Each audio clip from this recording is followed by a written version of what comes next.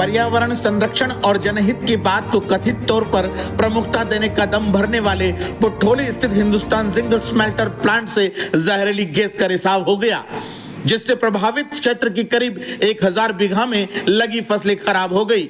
सूत्रों की माने तो बीते दिनों भारी कोहरे का फायदा उठाकर हिंदुस्तान जिंक ने जहरीली गैस लीक जैसा कांड कर डाला। ऐसे में अगर वेदांता समूह अपने फर्टिलाइजर प्लांट हेतु एकीकृत पर्यावरण स्वीकृति हासिल कर लेता है तो हालात इतने विकट हो जाएंगे कि इसकी कल्पना करना भी भयावह होगा।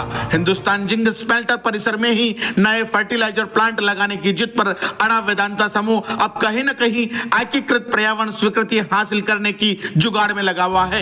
जिंक स्मेल्टर परिसर में ही निर्माणाधीन एसिड प्लांट के नाम पर पर्यावरण स्वीकृति हासिल कर चुका हिंदुस्तान जिंक अब कदम दर कदम इसी एसिड प्लांट परिसर में फर्टिलाइजर प्लांट की पर्यावरण स्वीकृति हासिल करने की जुगाड़ बिठा रहा है। संभवतः केंद्र स्तर से मिले किसी संभावित बड़े इशारे के बाद फर्टिलाइजर प्लांट के निर्माण में तेजी आ गई है। यहाँ सबसे बड़ा उल्लेखनीय तथ्य यह भी है कि हिंदुस्तान जिंक परिसर में संचालित दूसरे प्लांट्स के लिए कंपनी ने एकल पर्यावरण स्वीकृति ही हासिल की थी, जिसमें हाइड्रो प्लांट 1 और 2 सहित पावर प्लांट सहित अन्य प्लांट शामिल है। वेदांता समूह एकीकृत पर्यावरण स्वीकृति की जुगाड़ बिड़ाकर अपने वर्तमान परिसर में ही फर्टिलाइजर प्लांट की स्वीकृति चाह रहा है। गौरतलब है कि कंपनी इस एकीकृत पर्यावरण स्वीकृति के लिए आवेदन कर चुकी है, जिस पर जनवरी माह के दूसरे सप्ताह में विभाग की बैठक होने की संभावना जताई जा रही है। जिंक परिसर में बन रहे एसिड प्लांट की लागत करीब 600 करोड़ रुपए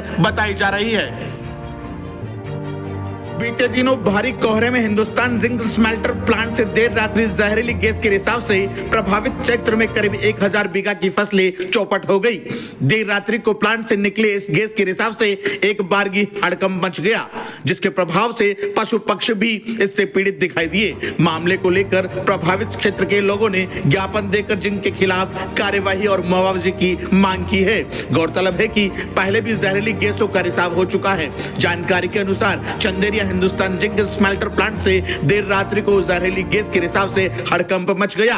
जहरीली गैस के रिसाव से प्रभावित क्षेत्र की करीब 1000 बीघा में लगी गेहूं, सरसों, चना सहित अन्य फसलें खराब हो चुकी है। गैस रिसाव के बाद प्रभावित क्षेत्र के पशुओं में घबराहट और बेचैनी के लक्षण दिखाई दिए। ज्ञापन देने के बाद उपखंड अधिकारी ने तहसीलदार को मौका मुआयना कर रिपोर्ट तलब की है। गौरतलब है कि हिंदुस्तान जिंक प्लांट से पहले भी ऐसी ही जहरीली गैसें का रिसाव हो चुका है। पर्यावरण संरक्षण और जनहित की बात को कथित तौर पर प्रमुखता देने का दम भरने की कवायद के बीच ऐसे में अगर हिंदुस्तान जिंक के वेदांता समूह को एकीकृत पर्यावरण की स्वीकृति हासिल कर भी लेता है या दे दी जाती है तो हालात इतने विकट हो जाएंगे कि इसकी कल्पना करना भी भयानक होगा।